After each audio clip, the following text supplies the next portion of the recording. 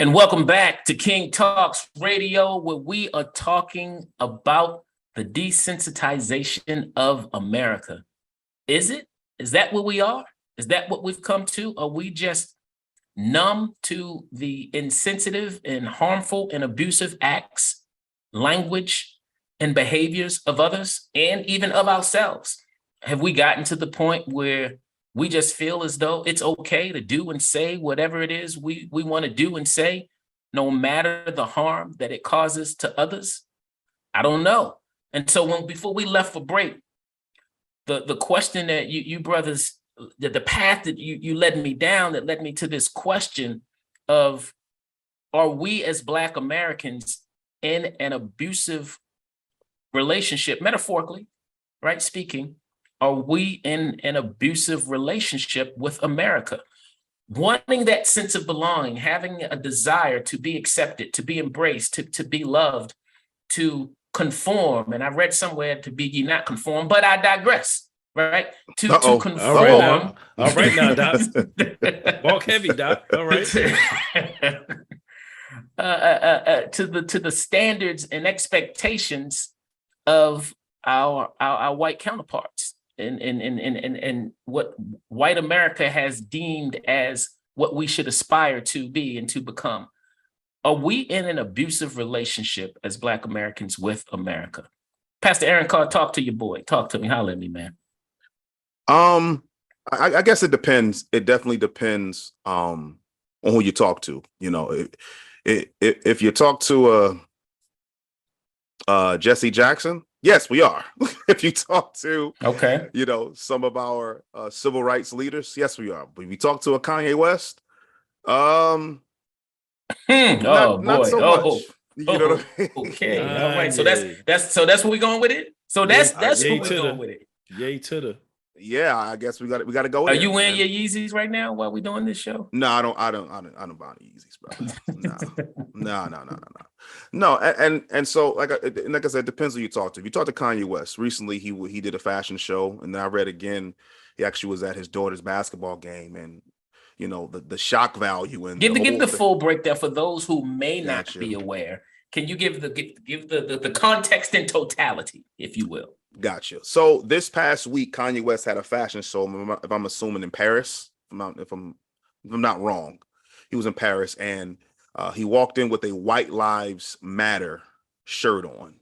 Him and Candace Owens, they walked in, White Lives Matter on their back. He wore the shirt, and then when he wore that shirt, man, of course, the world went to an uproar. I done heard so many spoken words and rap songs and so many different things, man, about him wearing that shirt and him going on Fox. So that leads me to believe, okay, if you're talking about the uproar, people are up in arms. People are like, no, I'm not having it. So that's encouraging to suggest that maybe we are not numb to offense and hurt and harmful language, words, and actions. Well, some of us aren't. Yeah, so some of us aren't, but at the same time, the response really wasn't like triggered towards racism. It really was kind of responding to Kanye West, like, bruh, again, you're doing this again. You're doing this just to, kind of get attention to, your fashion show. He's selling them, right? He said he's going to sell those shirts, if I'm not mistaken. I think he did say he was selling. He did. That's what sounded like to me. Yeah. Yeah. He said he was going to sell those shirts. Right. So let me ask you. To me, Adam, so it's hurtful, right? There are people that are hurt and offended by that action, right? And the position that he's taken to defend his action. Help us understand why that is hurtful. Well, I think because there are those that will argue that, in the same manner in which it has been argued that Black Lives Matter as a statement should not be debatable. Right. There are those now, and maybe this was part of his twisted plot to conjure up that same. His Dark Twisted Fantasy, is that what it was? Yeah, right. What's the name of his album back in the day? Yeah. Right. To say, well, is it not a factual statement? Yeah. Well, I mean, so here's the problem. I think when it comes to really important issues, clarity is important. You know what I'm Mhm. saying? Clarity is important. If I tell my wife, hey, give me some ice cream, like, can you pick me up some ice cream from the store?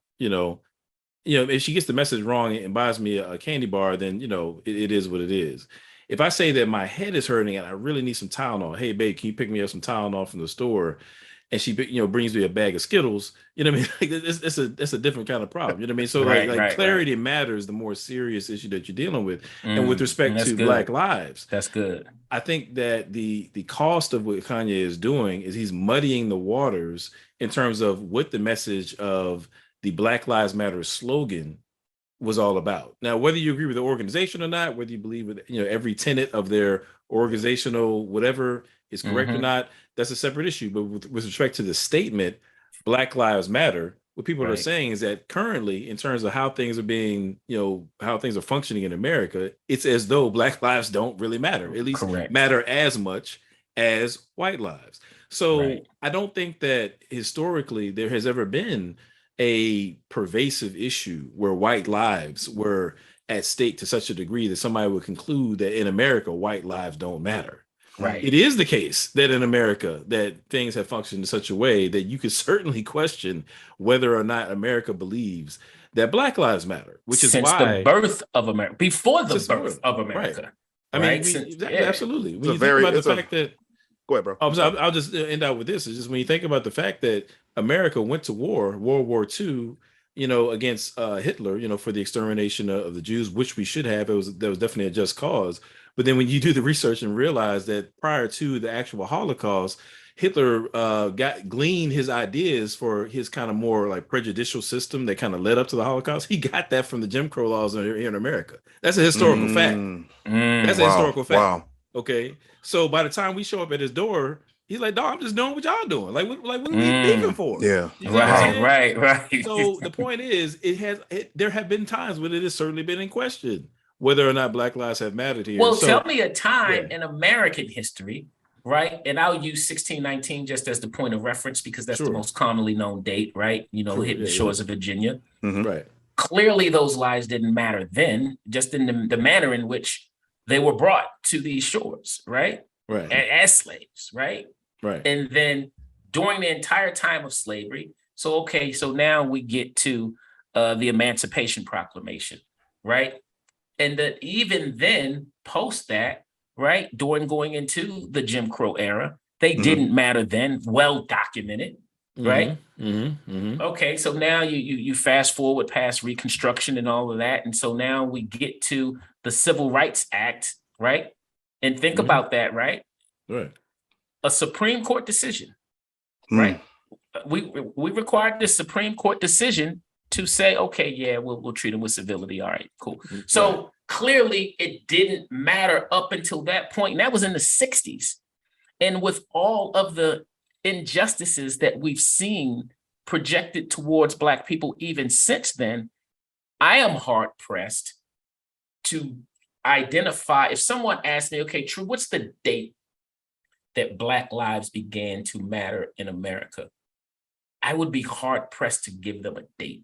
Well, okay. Well, To be can I add on continued. to that though? Can Dot, I add? dot, dot. Can we add on to that historical chain of events? Because I want to throw a couple in there too. Because here's the thing: just before and just after the Revolutionary War, America was involved in two separate what's called the Barbary Wars, which is where America went to go fight North African pirates because they were stealing white people, Americans, Danish, English, and they were enslaving them in North Africa. America went to war with those North African pirates. This is back, again, right before and right after the Revolutionary War. So at the Wow. same time when they were enslaving Africans over here, they were going to fight for white slaves elsewhere.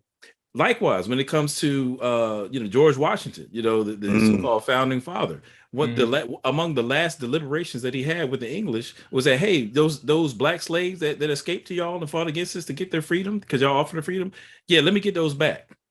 Like, we've already Wow. beat y'all and got our freedom. Let me get Let me that. get them Let me slaves. get that back. Run them pockets on them slaves. Like I'm gonna That's the need last thing that. he was concerned about. I said that to say, Yeah. there has never been a question in America in terms of who they believe lives matter. You know what I'm saying? When it comes to white folks, when it comes to Black people, we're just saying that, hey, our lives matter too. It's not that Black lives matter only. We just trying to say Black lives matter too and equally. That's the issue. Right.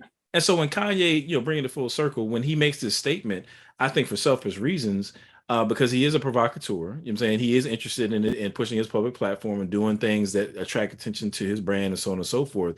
When he, makes moves like that, he muddies the waters on what's really at stake, you know what I'm saying? And I think that it's very irresponsible for him to do that. And Is this an issue of desensitization, Aaron, on Kanye's part, or is it just a desire to, or is it not the original question, but the question I asked starting this segment? Do you think he is caught up in some sort of abusive relationship with America? I think he has an abusive relationship with money. And what I mean is, all right, when you feel that you can make the redundant statement that white lives matter, leaving out other lives too, by the way, it's something different when you speak about Black lives mattering in regards of our history, as you guys just broke down. But I think he has a very, very bad relationship with money, because Kanye West, I think he believes progression and the finished product are the same thing. Just because we progressed success-wise, money-wise, fame-wise, we have arrived. Like, no, we're still struggling. And so that's why you have people in the world now that missed the college dropout, Hurricane Katrina Kanye.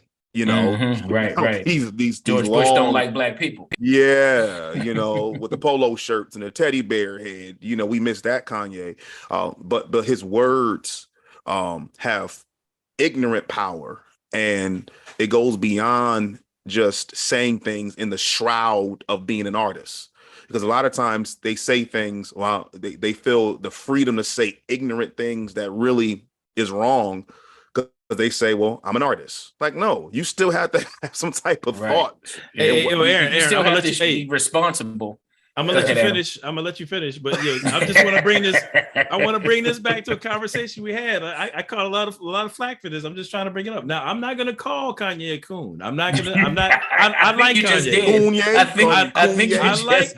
I like Kanye. You know what I'm saying? So I'm not gonna call him that. I'm just gonna, in terms of his behavior, if we're being descriptive of his behavior, when you undermine, the heritage and struggle of Black people. You know what I'm saying? From whom you've come, you know what I'm saying?